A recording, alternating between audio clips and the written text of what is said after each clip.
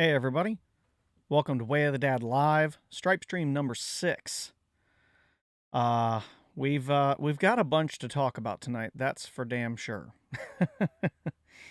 It has been a long week, I think is safe to say. So, we're going to get into some things. I'm going to try to adjust this just a little bit. There we go.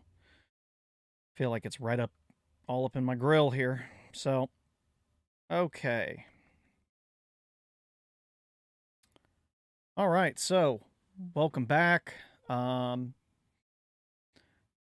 yeah, so not a lot going on. Little channel background information, if you will. Not a lot going on. Hoping to hoping to get some stuff done this weekend in here. I got some stuff for shelving so I can put some stuff up behind me. I got a new webcam, using it right now. Biggest reason I got it, has a wider angle, so it, like, my entire background that I've planned out will actually potentially fit. That'd be nice. So, yeah, so looking at that, and things are moving along. Can't complain too much. Growth is still good on the channel, so get out the way the standard issue. If you like what you're seeing, if you are watching this and you haven't subscribed, please do so. I would appreciate it very much. Make sure you hit that notification bell so that you get updates, notifications to your phone or your device when when this channel goes live, or when upload videos, things like that. Did put out a couple videos. Well, put out one video recently on Black Adam. Got another episode coming up later. Actually, beginning of next week, for Tales of the Jedi, Star Wars Tales of the Jedi, new animated series. Had a Family Friday recently, so got caught up on some things we've been wanting to watch. So yeah, no, not a whole lot going on since the last Stripe stream, but continuing to chug along, so I can't complain too much. All right, let's see here. Get set up.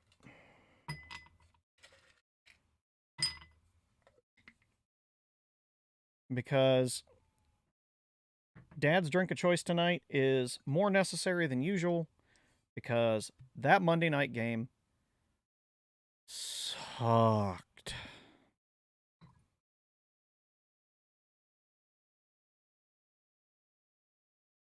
There we go. A little bit more. So, going with the Bushmills Black Bush again. Irish whiskey. Aged in sherry casks. So, cheers. And for any of my family and friends and others from the Philippines, Tagay. Now, I say that because I've got family. My wife's Filipino, Mrs. Way of the Dad is. And I've got family and friends in the Philippines. And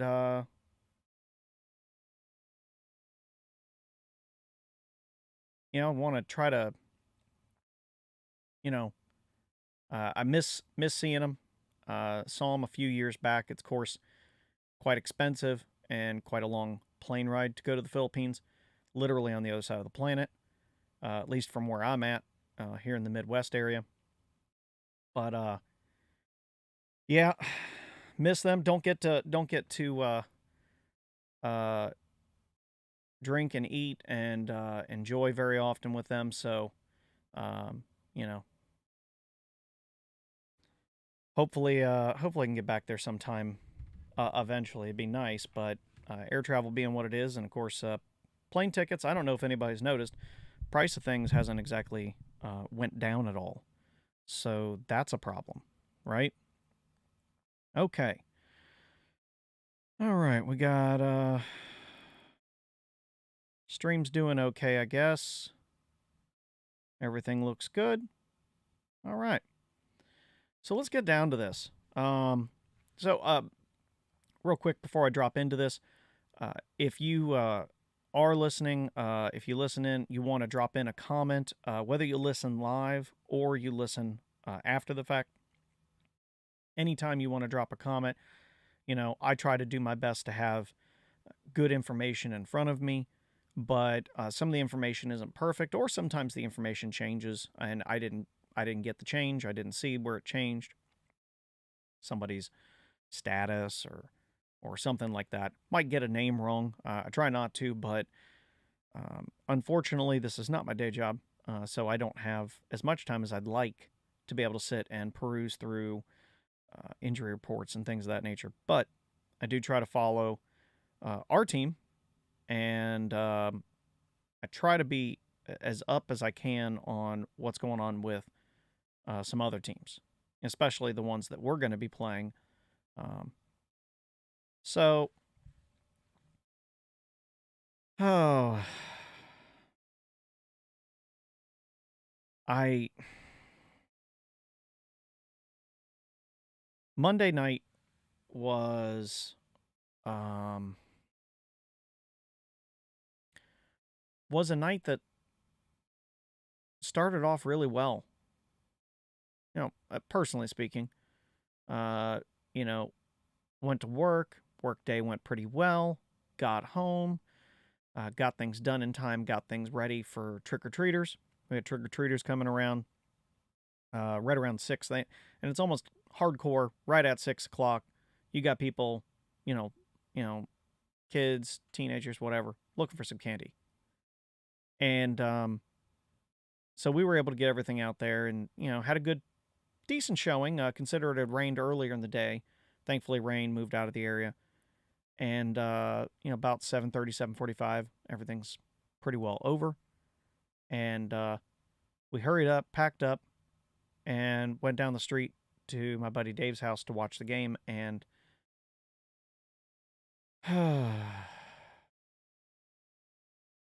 it went bad quickly. Stunningly fast, didn't it? I mean, there's a lot of words that I could use to describe the game. Pathetic is probably the most accurate, because almost everything about what the Bengals did on that field was pretty pathetic. And I say pathetic based on what they should have been able to do. I've seen many pathetic Bengals games, as have many longtime Bengals fans. If you're newer to the team, you're maybe coming around during the Joe Burrow era, I'm sure you've heard, the commentators and things like that mentioning how, oh, well, the Bengals are always the Bengals, or Bengals turn to the Bungles, or same old Bengals, and blah, blah, blah. Well, they're talking about the lost decade known as the 90s. I mean, the whole damn decade was almost 100% terrible. The 2000, 2001, 2002, really bad. Marvin Lewis comes in 2003, which I would say is probably when I definitely perked up and paid attention, because, of course, there wasn't much to pay attention to before that. I mean, you check in at the beginning of the year and, yep, they're terrible still. Okay. Now, I had my own direct experience with that feeling that a lot of older fans than myself that really, die-hearted all the way through the 90s. I mean, I was a young kid. I was, hell, I graduated high school in the 90s. So, but I had my own experience with that with certain years during the end of the Palmer era, and more specifically, where I more acutely felt it during the Dalton era. So, we're talking about 17, 18, 19, And those last couple years, for sure, at least the last two, me and my buddy, Dave, would get together, watch the game, just like we always do. But I'll be honest, I'd be on my phone half of it or better because I already knew we were going to blow it. I already knew we were going to get blown out. We were going to take behind the woodshed and just get beat badly. Marvin needed to be done, move on, nothing against him, but that's a weird thing. Had a little curly Q there. But it's just really obvious that Marvin needed to be done, needed to move on. Dalton was never going to be the answer. I mean, for me, that was obvious. I'd say in his third or fourth year. Now, don't get me wrong, 15 was a great year. But even then, I was watching Dalton, and it's like, yeah, we're absolutely loaded at every other position. Of course we're good. But even still, I knew Dalton had a ceiling, but hey, at least we had a loaded team. Maybe we can get past Andy's particular ceiling and still maybe win that first playoff game, right? So I remember those years. I wouldn't have called, even though those performances were pathetic the last couple Dalton years, it was because I didn't expect them to be that I didn't get bothered. I went into a lot of those games sitting down, wings, beer nearby, or whatever the food was of the day, expecting a terrible performance. And just quite frankly not being surprised when that's exactly what I got. So, that's fine. I did not expect Monday's game to be pathetic. And I hate saying that. I don't want to talk about this. I want to talk about how Burrow was out there slicing and dicing, Mixon was running through holes like they were a mile wide, and defense was just mauling the other quarterback and blah, blah. But none of that happened. I can only talk about what happened. So, and I haven't been doing this long, but I guess I can say this and make this fairly clear. I'm a Bengals fan. Full stop. No buts, no commas, no on the other hands or any of that stuff. I am a Bengals fan. And the problem is I'm not blind. I'm not a blind fan.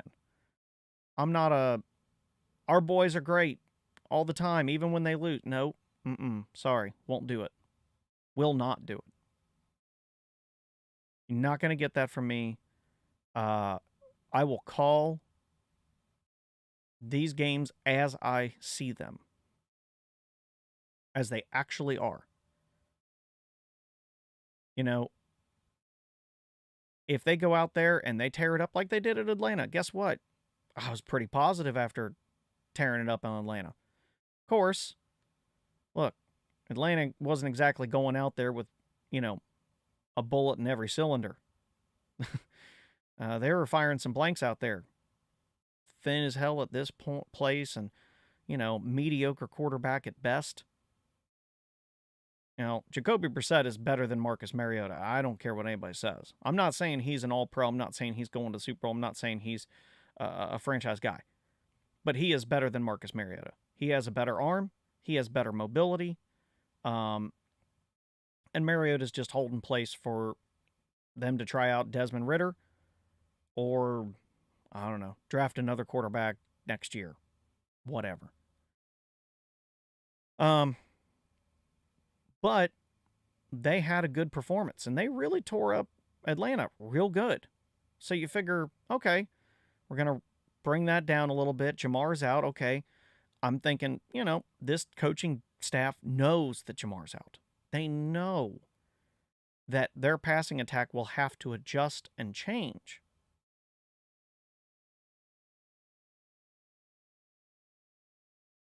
I don't know. They threw it almost 70% of the time. You'd swear Jamar was out there.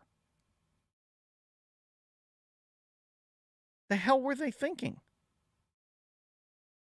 You know, yeah, Denzel Ward's out. Not like their other corners are terrible. It's not like they got Denzel Ward and a bunch of random dudes off the street.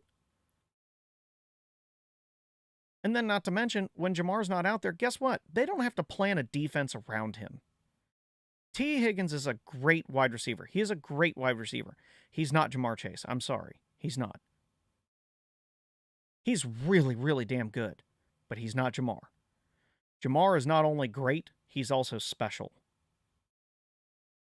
He changes the way a defense prepares, period. Even when he is not catching the ball for 3 fucking quarters in a row. Excuse me. He still changes the entire defense. You take that away, you don't just take the numbers away. You don't just take the receptions and the touchdowns and the turning a small play into a big play. You don't just take that away. You take the entire defensive approach away. And now they can set it up the way they'd actually prefer to set it up, which is treat these receivers appropriately, maybe check over on T. Higgins a little more. But now, and I don't know what the heck they were thinking. The Browns have 2 legitimately top-end rush ends, defensive ends. You got Clowney and Garrett. And unfortunately, you know, in the wrong order there, Garrett and Clowney, I guess I should say it more appropriately. On what planet was a 70% passing approach a good idea? And I know that there's going to be someone out there that says something about, oh, well, those screen passes are basically just an extension of the... I have heard that shit so much this week. A pass is a pass. That's it. I don't care if it's lateral. I don't care if it's backwards, forwards, 2 yards, 20 yards. Doesn't matter. It's a pass.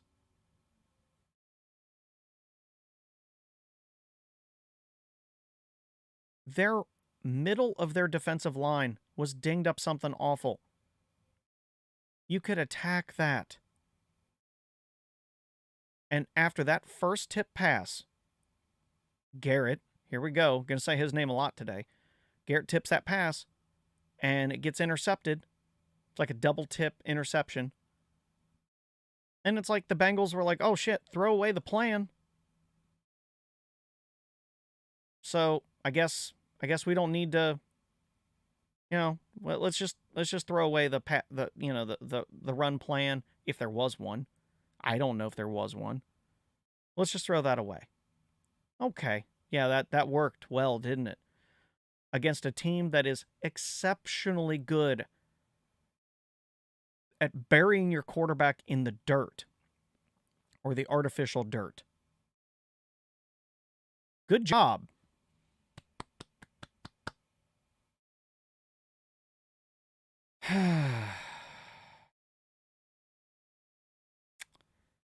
Yeah. So, not awesome.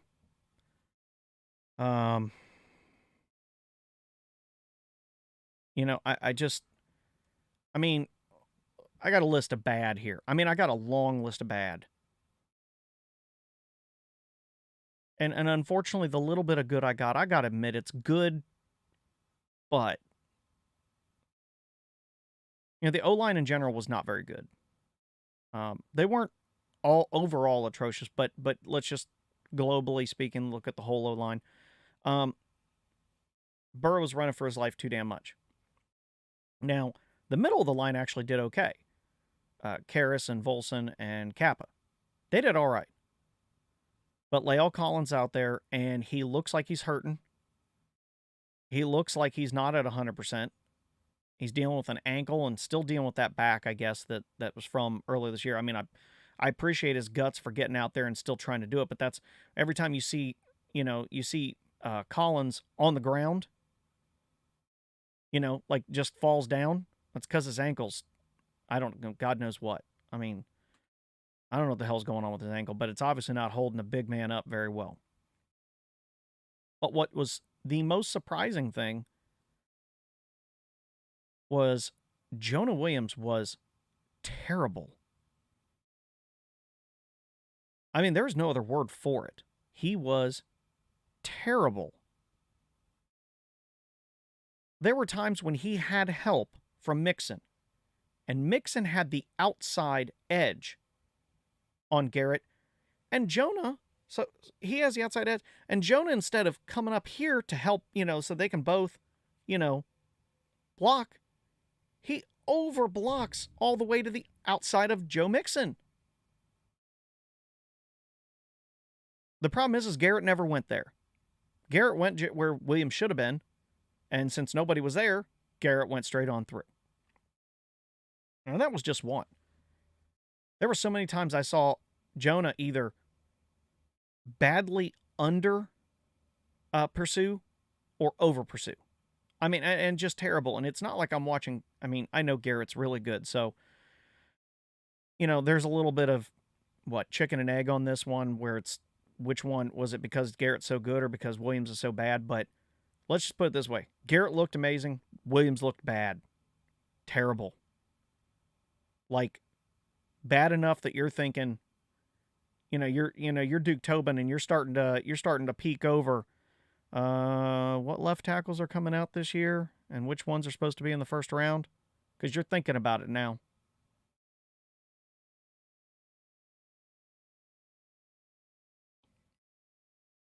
Absolutely pathetic.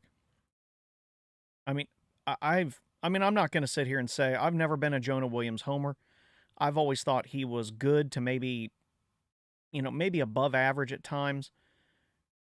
Last year he was better than this. So I don't know what's going on with Jonah Williams. I don't know. Is he nursing an injury that they're not reporting? Did he not have his contacts in or something? Because he looks like he's not missing. He's whiffing. Like he's nowhere near where he needs to be. I already talked about the run game and how they ran 10 times. 10. No Bengals team in history has ever run that little in a game. Setting records, just not the ones you really want to set. And then, I mean, look, Reader's out. And it seems like the Browns did exactly what we knew they were going to do. I mean, everybody and their brother said, you're going to see a lot of Nick Chubb and some Kareem Hunt. And guess what? That's what they did.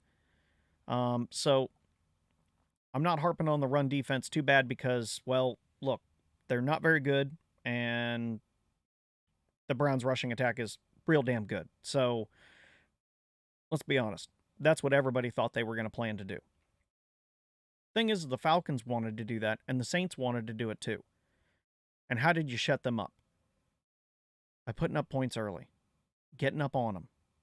And I love that we're taking the ball.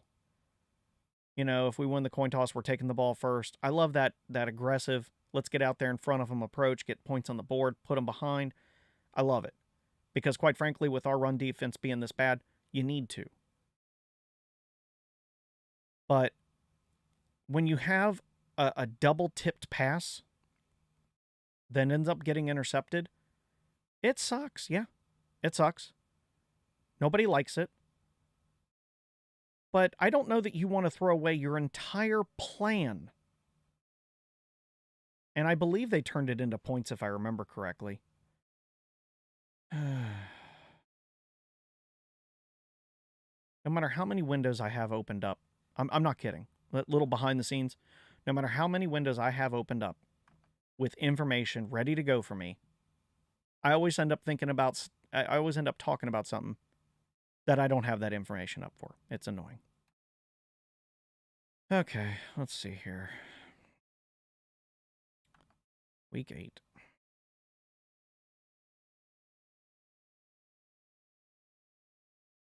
No, go away.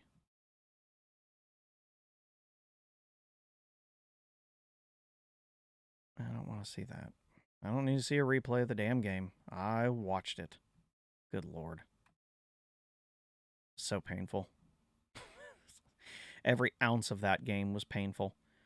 And it went from the initial feeling of anger, what are you doing? Yeah. So, I mean, good Lord. And I thought this was the way it happened, but I couldn't remember at first. But the defense kept the Browns scoreless for the first quarter. And we did interception, punt, punt. Oh, by the way, spoiler alert, we did a hell of a lot more punting than just that. But we did a lot. We did punting. We had 3 drives in the first quarter. We couldn't do anything with it. We got an interception to get it back to us and still couldn't do anything with it. I mean, it's just painful to watch.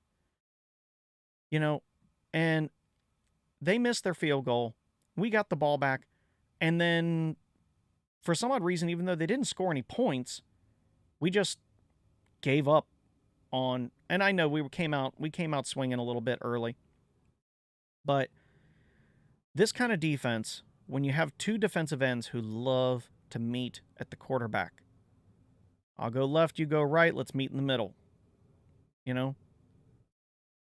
Why on God's green earth would you not want to at least make them know that they have to play the run, even if the run's not that productive? We've run it more in other games where we ran it worse.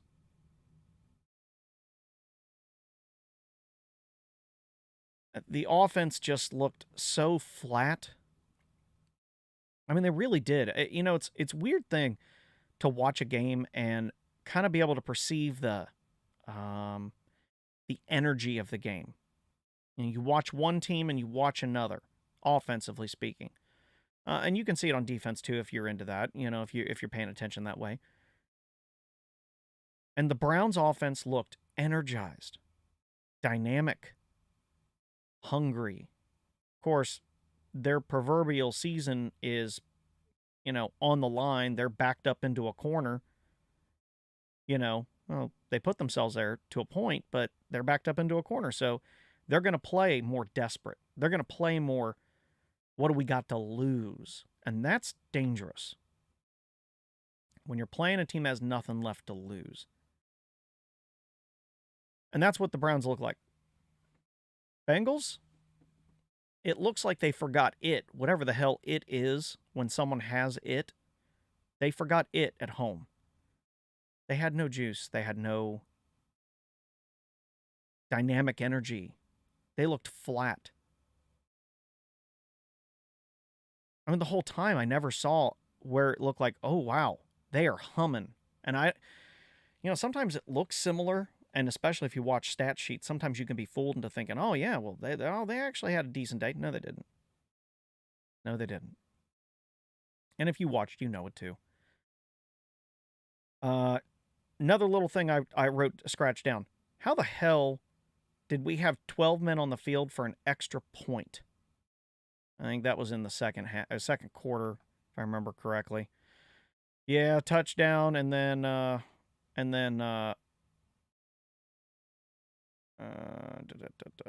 yeah.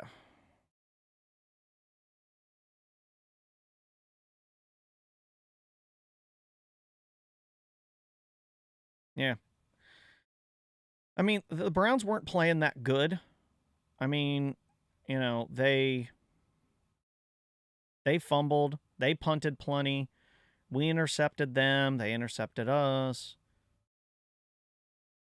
But just it's just so bad. Painful to watch, to be honest with you.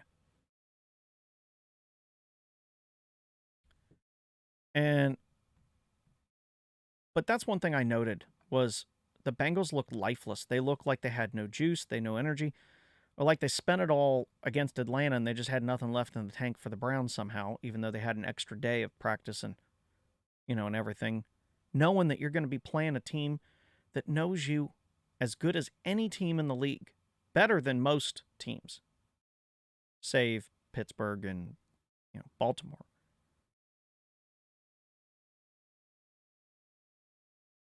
The defensive backs, even look, before Who-Dey went down, it's not like they were locked down. They're whiffing on tackles. It's just hard to watch. So there we go. I don't know how I got that on me. Some other things I noted. Huber's punts haven't been the best this season, but he's had some good ones. He's had some not so good ones. This was a game to forget. Huber was really not good. I mean, I know he's older, and I love Kevin Huber. I love that he's a Cincinnati born and bred. Grew up here, played high school here, college here, and now pro here, and that's great. But he's just, he's not doing well. His leg, as far as I can tell, based on what I'm seeing with stats, it looks like his leg is showing signs of fatigue. He had a fresh leg at the beginning of the season, but it's looks like it's falling off fast, and it just makes me wonder if this trend continues. I'll be thrilled if Huber turns around on Sunday and just booms the piss out of it. Of course, I'd be thrilled if Huber doesn't have to punt the ball at all. But with him going out there so many times, it just looked bad. I mean, he shanked one really bad too. But even his quote unquote good punts weren't that good. He wasn't exactly changing, getting the best field position for our D. Or I mean for the D. And then another very uncharacteristic bad or in the bad column is McPherson. Missed a field goal and missed an extra point. Now I did hear, and I ended up seeing a replay on it. This may be a little bit of Cal Adamitis too, so we're gonna go ahead and throw him in on this because there's a it's a 3-man operation. Snap, hold, kick, right? So Adamitis' snap was pretty high on that extra point, but I mean, come on, it's close. Well, it's as close as it gets these days on extra points. I mean, it's not as close as it used to be. It's not a total chip, but it's still a very, very, very makeable field goal. So, and then he misses his field goal, and it's just, he looked off. I don't know, and I hope that's not something we have to get into and we have to see more of, and I hope this is just a game where he just does his, him and Cal and either Huber or eventually Chrisman. I have a feeling if Huber continues, Chrisman is going to get called up, and they're going to make a change in season.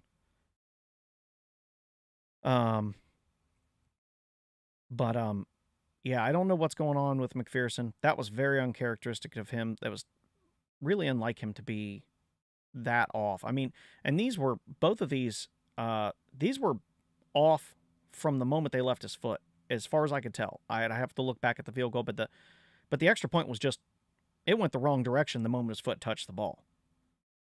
It wasn't like the wind picked it up and took it. It was in the wrong trajectory from the ground. Oh,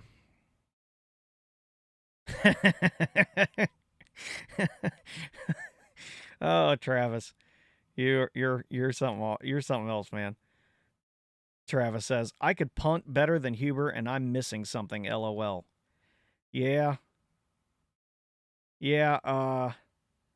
I don't know about that. I don't know if most of us could punt better than Huber, but let's just say, as far as pro level standards go, he's dropping, sadly, rather quickly. Good one though. I like that. Let's see. Another bad, maybe terrible. Let's call this the ugly This one falls under the category of ugly. You know, we got the good, the bad, and the ugly. You know that, second half no touchdown streak that we had going into the game? Well, it ended quickly, violently, and continuously. I mean, it was so the dismantling of that streak. I I wouldn't automatically think you were out of your mind if you had said that the Browns have been planning to do that the whole week. Like their whole plan was to go out and just shove 3 touchdowns down our throats in the second half.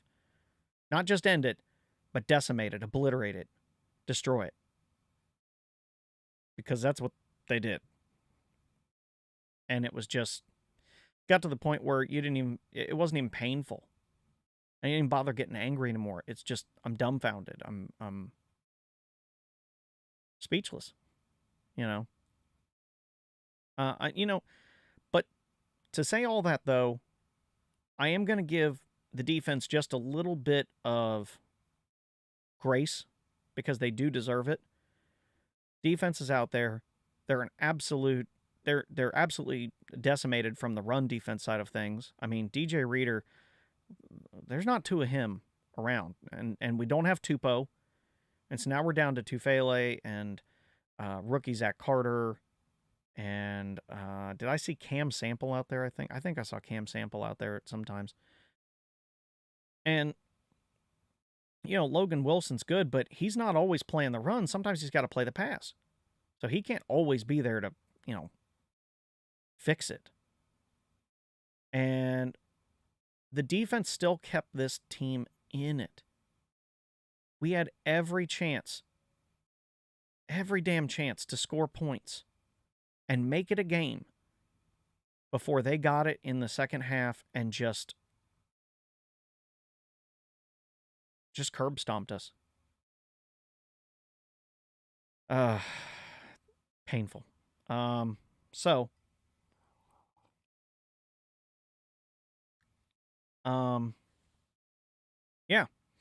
So, the good. Don't worry, it's a short list. As you would expect, Boyd was continued to be sure-handed when he could catch something. It wasn't enough. 2 first-half interceptions was really good by the D, but it didn't lead to points. And this is where it's good, but it's good, but not enough, or not the. That catch by Higgins in the end zone was beautiful, but it was far too late to mean anything. It was the definition of garbage time stats. I can't remember the name right now, but there was somebody that responded to my YouTube short. I did a short Tuesday morning. And I was talking about, it wasn't a good game, but hey, Burrow got some stats. And I'm like, look, I guess if you're into fantasy, maybe that matters to you. I did fantasy before. I like fantasy. My problem is I like fantasy too much, so I stopped. I was way too into it to the point where I was borderline crazy with it. And then the problem is I'm sitting here rooting for players that I don't want to root for. I always had a rule I'd never start a player that was playing against the Bengals that week, which did hamstring me a little bit. At least I didn't have to root for someone to have a good day against my team. But I don't care what Burrow's stats look like. They're garbage time stats. Matt Stafford, a lot of his stats, which look great on paper, don't tell you the story about how bad the Lions were and how they were basically always just slinging it to trying to catch up. Matt Stafford is, don't get me wrong, that means he would probably have really good stats on a good team too, but they're still garbage time, most of them. pre-Rams, definitely for sure. And we're talking about an extraordinary amount of garbage time stats. So, it wasn't good. Missing Jamar Chase was palpable. I mean, you could feel it, you could sense it, and as soon as I heard that he was going down, it worried me. But I thought, this offense, this coaching, he went, they had ruled him out early enough that they should be able to come up with a game plan to work around that and minimize his loss. Well, you can't fully minimize it, but you can at least try to, hey, we're going to need to push more towards the run this week. That'll open up the passing game for our receivers that we still have out there. But now that attention that Jamar definitely was going to get, Chase is going to get some of that. Now that leaves Boyd. So when it comes down to it, like, why the hell wasn't Hayden Hurst a much bigger planned factor in this game? Why wasn't Chris Evans? Chris Evans caught a beautiful pass on the sideline on the first drive. He played one more offensive snap, my understanding, if I remember that correctly, and please correct me if I'm wrong. My understanding, he played one more offensive snap the whole game. Now, I am not saying Chris Evans is Jamar Chase light or anything like that. He's not. He's not truly a wide receiver. He is a running back who just has really good athletic ability, has pretty good hands. What the hell? Why is it so hard? What is it about Chris Evans that we all don't know? I mean, what is it? Is he terrible? Is he worse than Joe Mixon in blitz pickups? In blocking assignments? Because I hate to say this, and as much as I like Joe Mixon is absolutely terrible at blitz pickups. This season, specifically. If you thought he was bad last year, he's terrible this year. So every time you see Samaje Perine come out there and you're like, what the hell? Why isn't Mixon out here? It's because Perine's actually pretty good at it.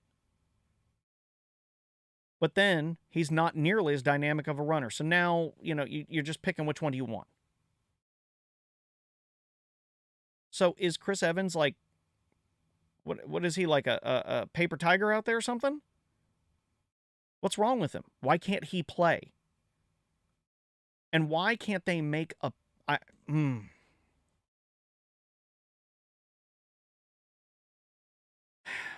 Sometimes this coaching offense, this offensive scheme that Taylor and Callahan run, sometimes it strikes me as incredibly stubborn. Everybody says, well, Taylor likes to run 11 personnel. Well, but if you don't have it, adjust. Figure it out. Now, maybe they're going to do that this coming weekend. Maybe I'm going to sit here, give or take, well, whenever I stream next week. Lately, it's been Thursdays. That just seems to be when it works. I really wanted to do it on Tuesday night, but there was just no way I could pull it off. So, maybe,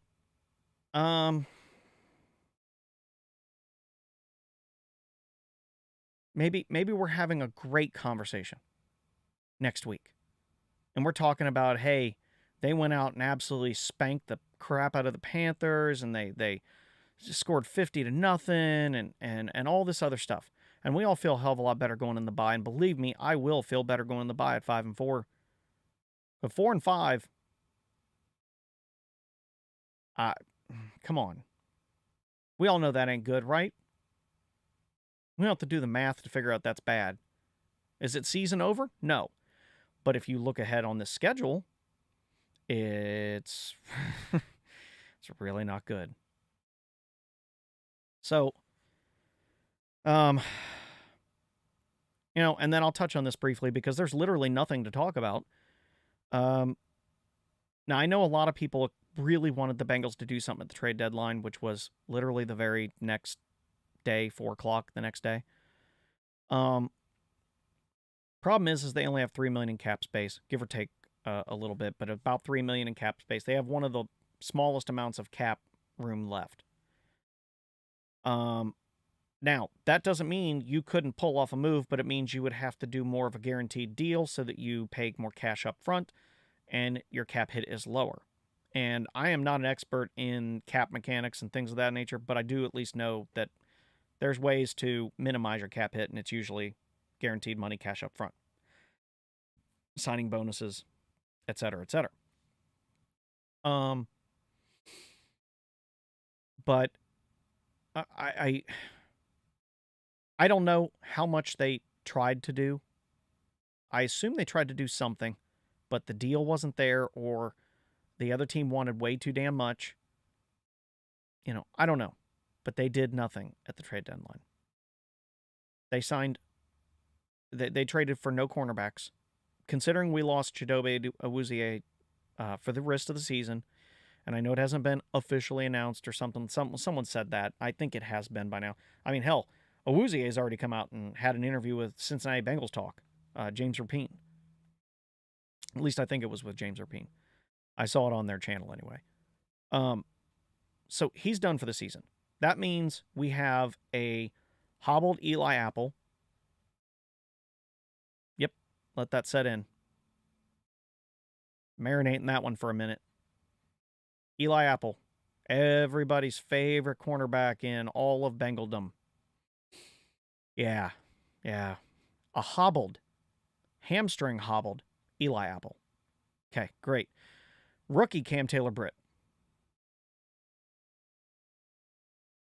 Yep, it's going to be awesome. And a Mike Hilton with a busted up finger. Yeah, it's getting better as I say it, isn't it? Rookie Dax Hill probably playing corner, outside corner, more than he's ever played it. Yeah. It doesn't sound awesome, does it? Because it isn't. It's not ideal. So this is going to be a problem. Now, thankfully, well, the problem is I don't know. So, you know, looking ahead to the Panthers game, I just, this is a must-win game. I don't like that word. I don't like that term, but I'm saying it for a very specific reason. It's not because if they lose the game against the Panthers that the season's over. No. But my concern is this team needs some feel-good going into the bye. And 5-4 feels a hell of a lot better than 4-5. We were below 500 for the first two games. Two more games we got to 500. And then we got above 500 and down, and then back up to 500, and then back above 500, and then back down to 500. Something like that. Don't. That wasn't the best I've ever done. 5-4 sounds a lot better.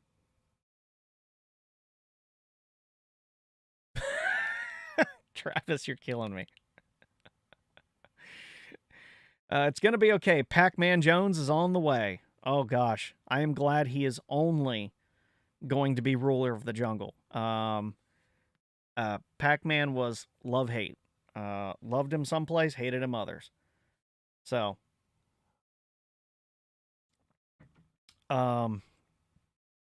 here's some things I note about the Panthers game. Some strengths in our favor. Panthers CBs, their cornerbacks are dinged up. Doesn't mean they're terrible, but they are dinged up a little bit. Panthers run D by stats, by ranking, is not very good overall. And Panthers D does not get a lot of sacks, but our O-line, specifically our tackles, not playing their best ball as of late. So, I don't know. Does that mean they're Panthers D is a good get-right game for Williams and Collins? Or does it mean Panthers D, which normally doesn't get a lot of sacks, are going to have a banner day? That's a question. Weaknesses for us, our O-line. Our running deficiency, and I say deficiency as in we just sometimes forget to run the damn ball. I'm not one of those that wants to go back to, 1975 football where it's just run, and a couple passes.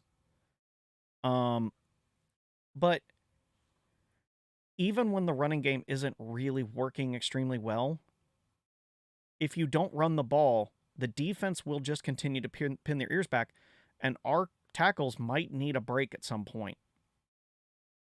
So continuing to run the ball even when it's not going the best is a good thing. I mean, you can be 60-40, 55-45, but you can't be 70-30 pass to run. Teams are just going to go for the quarterback all day long. And especially if you get down, 8. Sorry, it was 7, but it was actually 8 because somehow we had 12 men on the field for the damn extra point, and then they went ahead and just went for 2 and got 8, and so that was awesome. And then 11-0, and then 18-0, and then 25-0. Well, not going to run much then, are you? So you might want to make sure you score points early too. That'll help your run game as well. And then, I'll be honest, our depleted secondary and our depleted run defense. I mean, I hate to say it, the attrition is starting to it's starting to build up a little bit. This bye cannot come at a better time after this Panthers game. But again, I really do feel this game is for a game that is not going to end the season, this is a must-win game. They must beat the Panthers. Pretty, ugly, doesn't fucking matter. They have got to beat the Panthers so that they can have something to work with going into the bye, because after that, oh boy, isn't it going to be fun?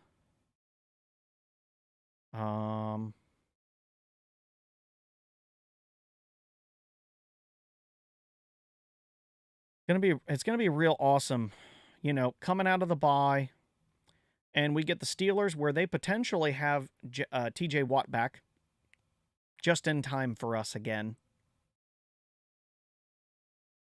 Tennessee Titans,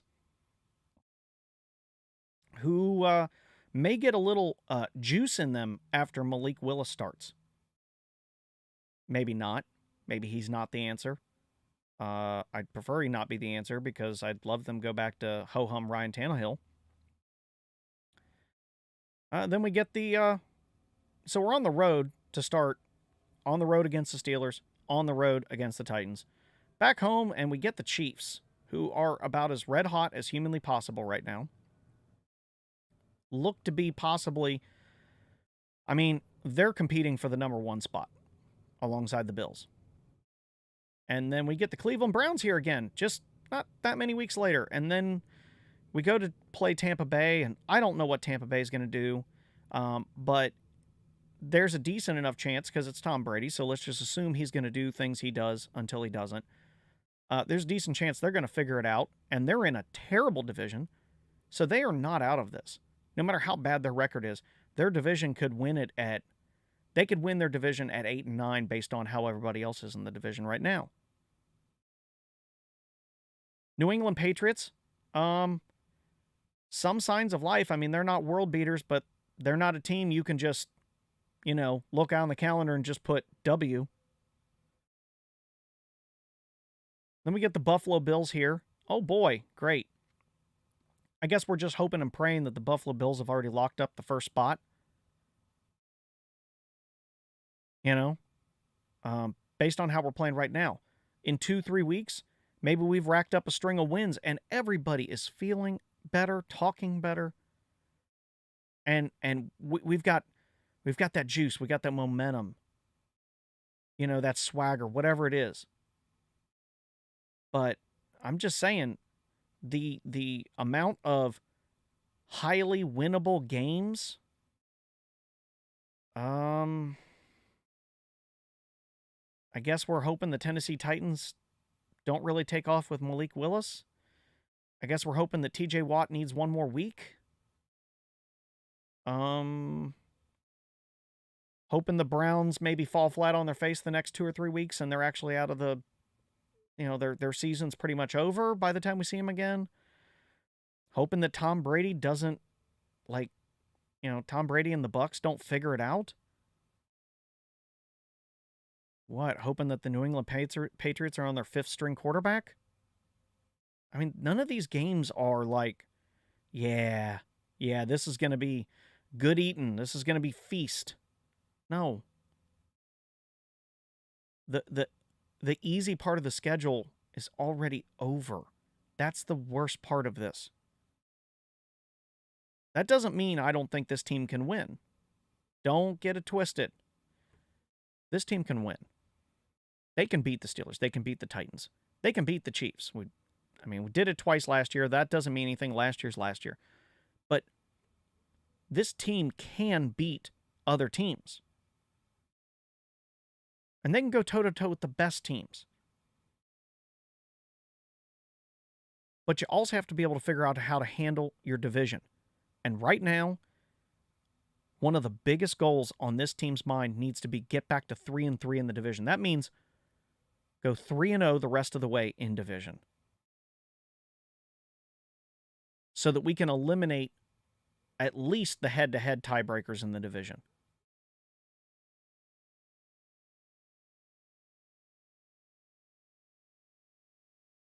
I mean, they got to go on a hell of a run. We got, 1, 2, 3, 4, 5, 6, 7, 8 games. 8 games after the bye. I mean,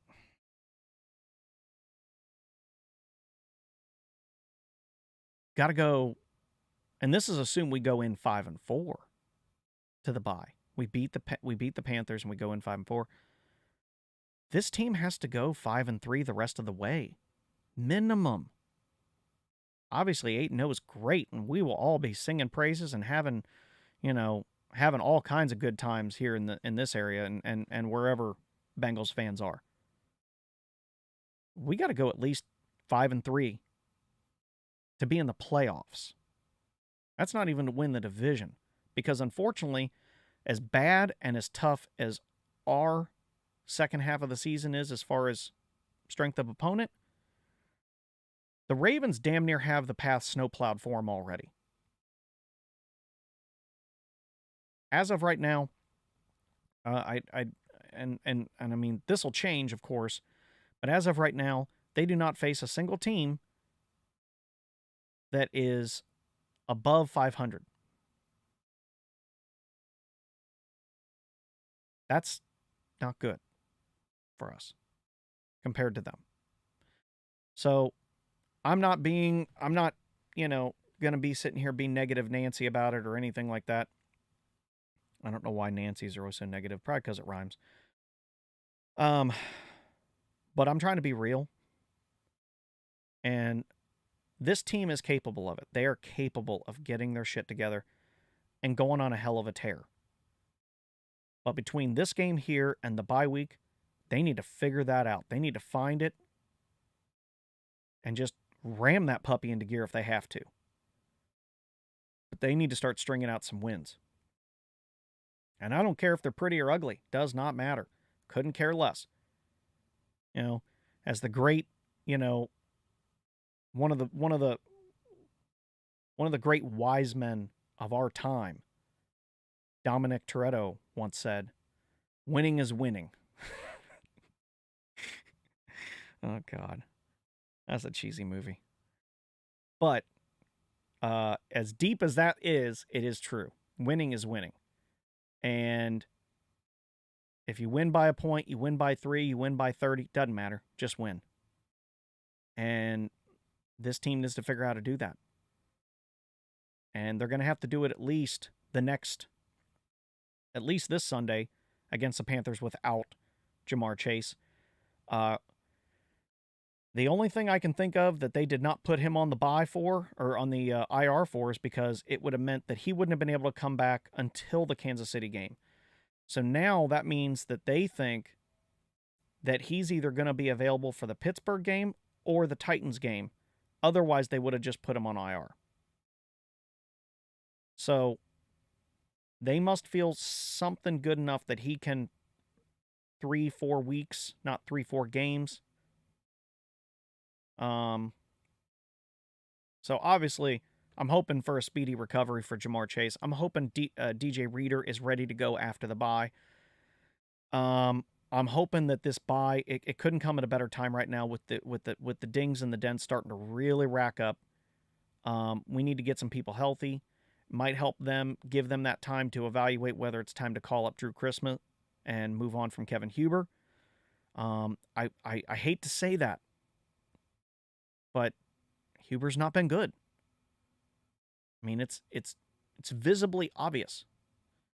Statistically, it's right there in front of your eyes. And I wish I wasn't talking about it. Like, I wish Kevin Huber had a really great, gutsy last season, and then he walks off into the sunset.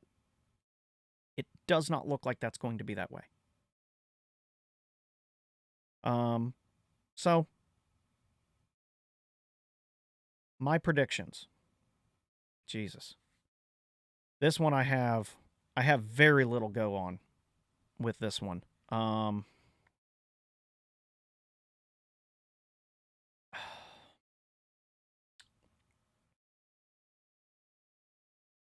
My predictions. Jeez. This one's hard to... I'm going to go with...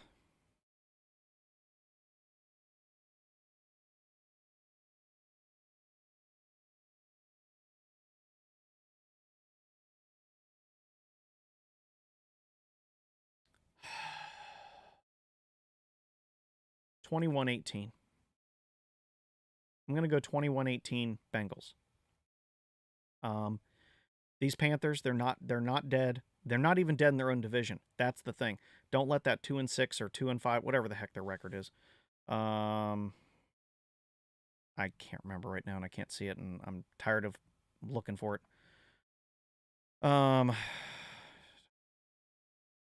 They are 2-6. But the Falcons are 4-4.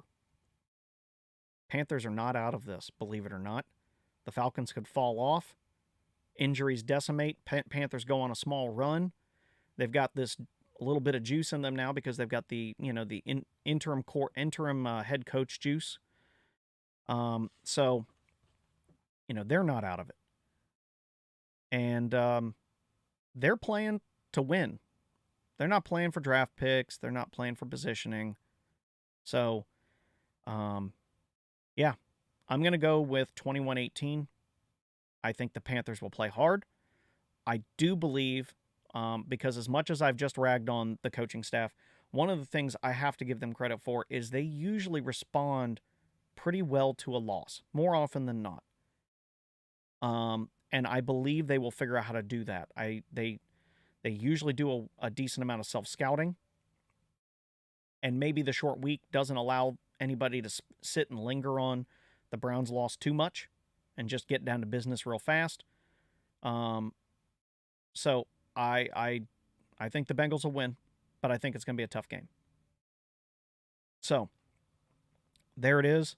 There's what I got.